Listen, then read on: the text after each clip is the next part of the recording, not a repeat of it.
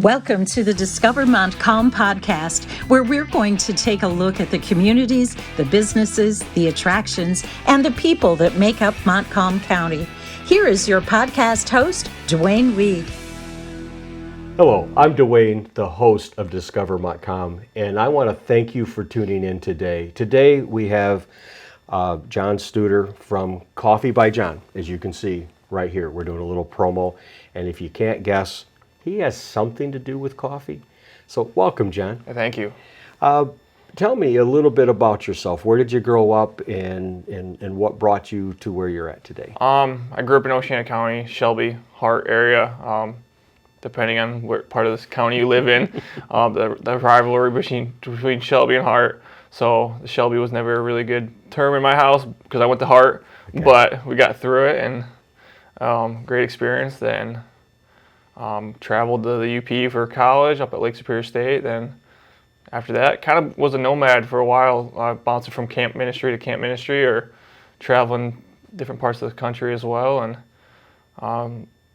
when I came back from California, I landed in Trufant, and here we are now. And you had a vision. You had a vision. You are a coffee roaster. Correct. And, you know, I love that craft side of things where you can kind of experiment. And it's not always perfect the first time, is it? No, not at all. You know, but that's part of learning. That's part of adapting and growing. So to this point in your life, who's been the biggest inspiration to you? Now that my grandpa's gone, and kind of reflecting on the past year and a half since he's been away, he was such an inspiration in my life and a lot of our lives because he was such a hard worker. There's a saying that they don't make men like they used to, and he's part of that.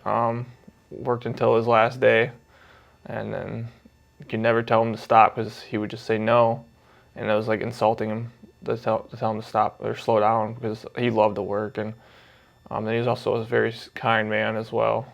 Oh, well, that's wonderful.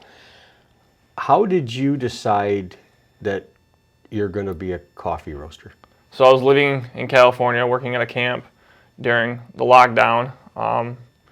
Pretty difficult times out there for sure, and I've loved coffee. Then working in ministry, finances aren't always the greatest sometimes, so went out and bought my cast iron skillet and a little Coleman stove, and just got started and learned how to do it because I enjoy learning new skills. And as time went on, I never expected to get this far as a hobby, but here we are and just kind of following where it goes.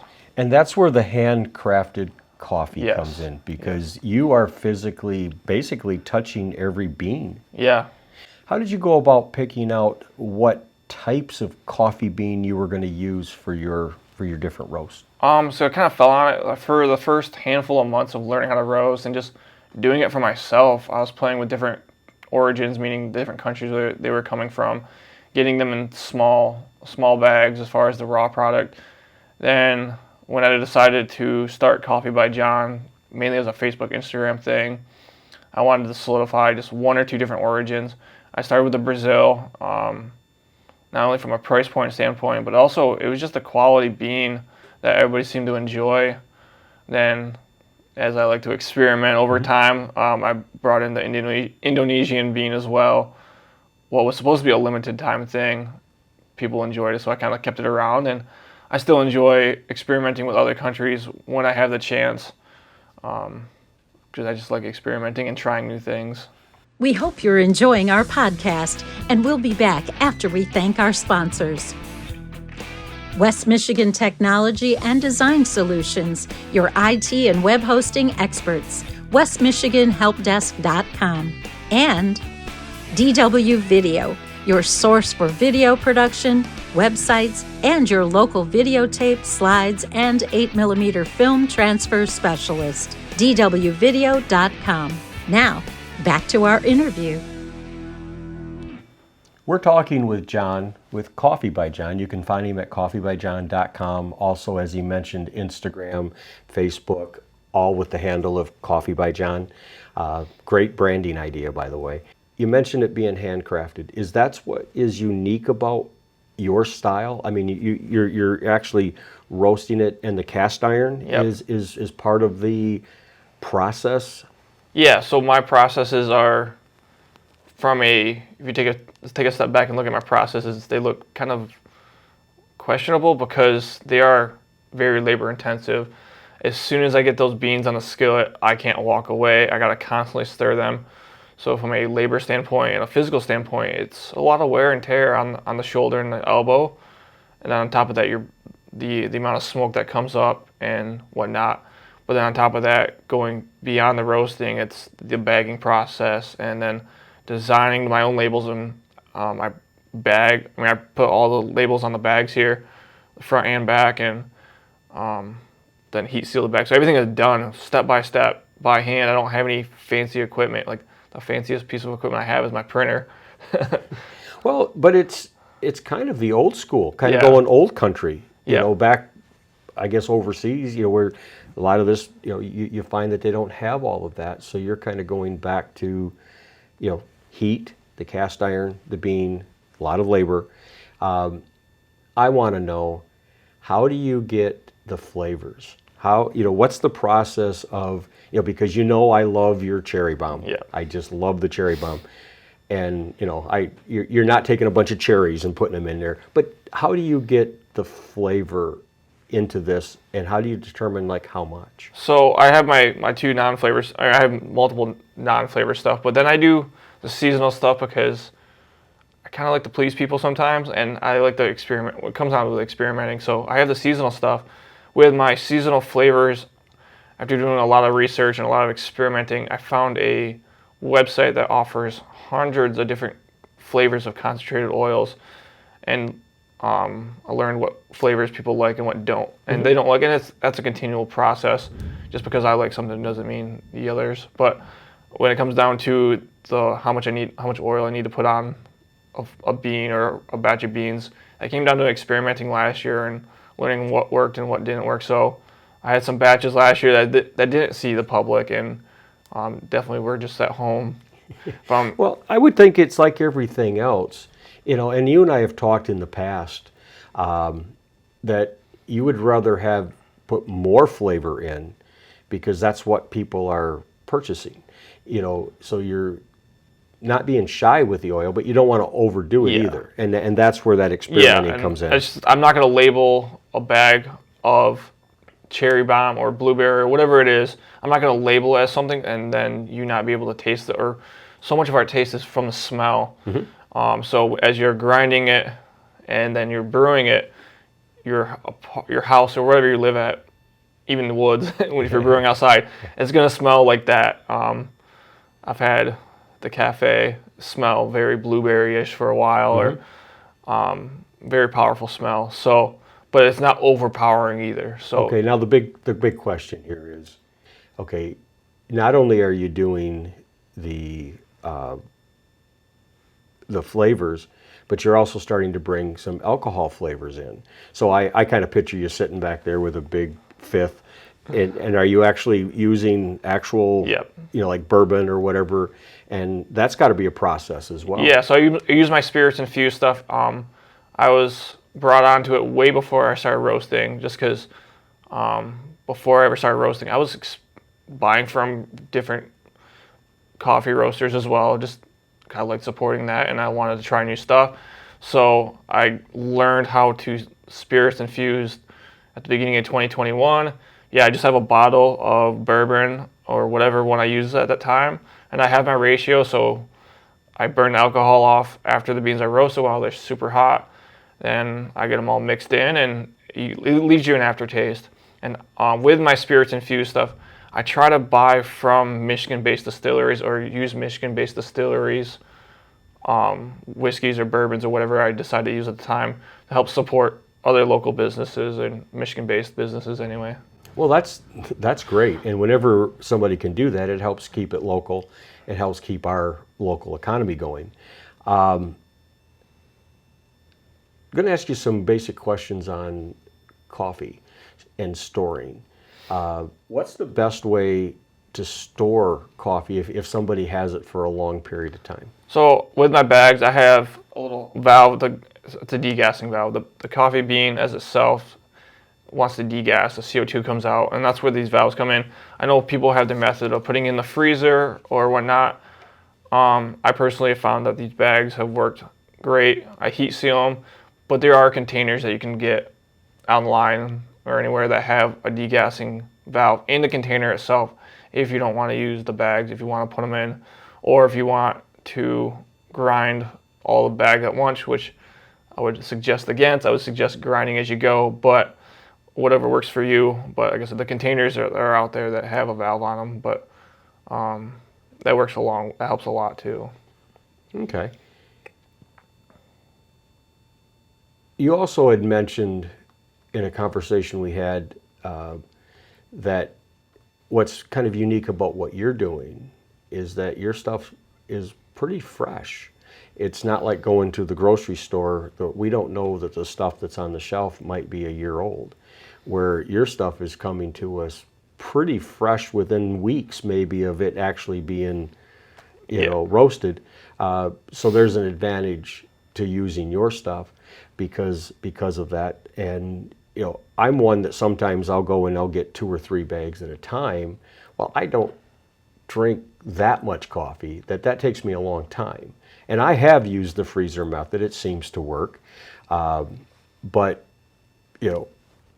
everybody's got their own. But the idea that your stuff is fresh from the beginning gives it a longer shelf life for most of us, I would think. I kind of like the way you're running your business right now. You've got a boots on the ground attitude. What is boots on the ground right now for you and your business? So as a small business, I'm constantly adapting and going along and trying to figure out ways to be successful and whatnot. I've tried the whole made to order method and that didn't seem to work. So then having it in stores does help, but when it comes down to the freshness stuff, I have a hard time letting stuff sit on a shelf for very long, and that's just my overcriticalness. But with my boots on the ground method, this spring I really took off and started hitting farmers markets and the flea markets, the Trufant Flea Market up in Big Rapids a couple days a week right now, and then just constantly going that. And I love going to craft shows. That seems to be what took off last year. I got approached by the St. John's Food Festival, where there's all food vendors, and that kind of opened my eyes to the potential of that boots on the ground, interacting with customers and building those relationships, and explaining that my coffee is different than what you buy at the store because of my methods. Having my displays, either having the skillet there to show or just being able to talk to people and explaining that. And with my booth, I always have my little story there, and people seem to get intrigued by that. So it's just, like I said, having those conversations with people. We hope you're enjoying our podcast, and we'll be back after we thank our sponsors. West Michigan Technology and Design Solutions, your IT and web hosting experts. westmichiganhelpdesk.com. And DW Video, your source for video production, websites, and your local videotape, slides, and 8mm film transfer specialist. dwvideo.com. Now, back to our interview. We're with John, Coffee by John, which you can find him at coffeebyjohn.com and also on Instagram and Facebook at the same thing, Coffee by John. You can also order your coffee online if you go to your website and you're trying to build up that subscription service. Can you tell a little bit about how you got into that side of it? Yeah, so I have the website that you can order, and I ship it up pretty fast as soon as I get it. As soon as I get the orders in, I ship them out as soon as I can get them out. Then that's just your basic ordering, but then I do offer a subscription plan. If you go to any other coffee roaster online, most of them have it. Right now I'm on a 30-day plan. You can get 1, 2, 3, or 4 bags on a 30-day cycle.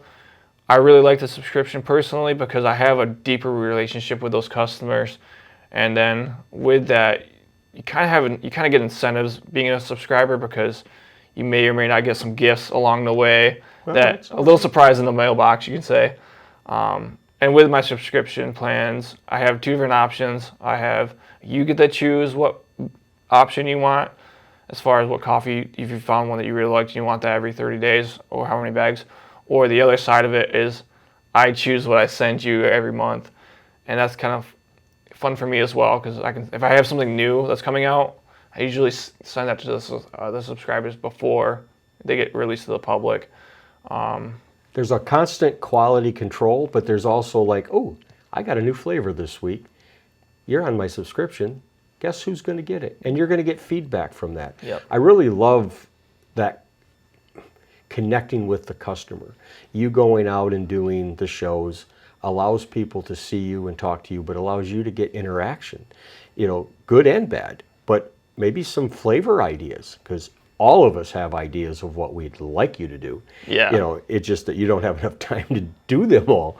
But the idea that you can kind of listen to this and all of a sudden you start hearing that, wow, was that 3 shows this week and I had a half a dozen people say they'd like this flavor. Maybe I should do some research, but then you can use your subscription base to then test that out, kind of see if that's got any legs to it. We're with John. He has Coffee by John. He's out of Trufant, Michigan. Small business, but it's growing. I'm going to turn this around, for one last question. Why would someone want to discover Montcalm County? As I've only been in the area for about a year and a half or so, now almost going on 2 years, and coming from Oceana County, it's very similar as far as the small town feel. As if anybody's been to Trufant, they know we have a stop sign and the main part, and a couple of restaurants, and some of the really good restaurants there. As I traveled to the Trufant Flea Market, I was blown away how big it was and how supportive people were, and that really caught my eye. And it's the reason why I continue to go back and do the Trufant Flea Market or do stuff at the Wildflower Schoolhouse, is because of that support and just overall nice people. And we have a lot to offer here in the county, and I'm still discovering it myself, as life gets in the way sometimes and you always work. But as I get out and travel and find parts of the North Country Trail or the bike trails in here in town and everything else that's going on, kind of blew me away what's actually going on, what's unique, what other small businesses are popping up along the way that never even thought would work or even come around this area. So, well, that's great. We're with John, Coffee by John. You can find him at coffeebyjohn.com and also on Facebook and Instagram. I'm Duane from DW Video and also from the Discover Montcalm Podcast. For those of you that are not watching this on YouTube, that are listening to it, go to our YouTube channel and check us out at Discover Montcalm Podcast, because you can kind of see some of these, the bagging. And you said that you did the artwork on some of the, you did artwork on all of these. Yeah, I design them through my websites, my artwork that I do. Like the farm life here, that's actually my grandpa's barn. That was some photos, and other photos on the bags are photos I've definitely taken myself. Well, as I'm looking at these, I love your cherry bomb, but this peach one right here, I'm going to have to get that one from you, because I think that's going to be coming to my coffee pot here sometime real soon. So thanks again, John, for stopping by. And for all of you out there, remember to buy and shop locally. Connect and subscribe to Discover Montcalm Podcast at discovermontcalmpodcast.com. Follow us on Facebook, Instagram, and YouTube at Discover Montcalm Podcast. To be featured in an upcoming show, contact Duane at 231-250-9624. Remember to subscribe at discovermontcalmpodcast.com.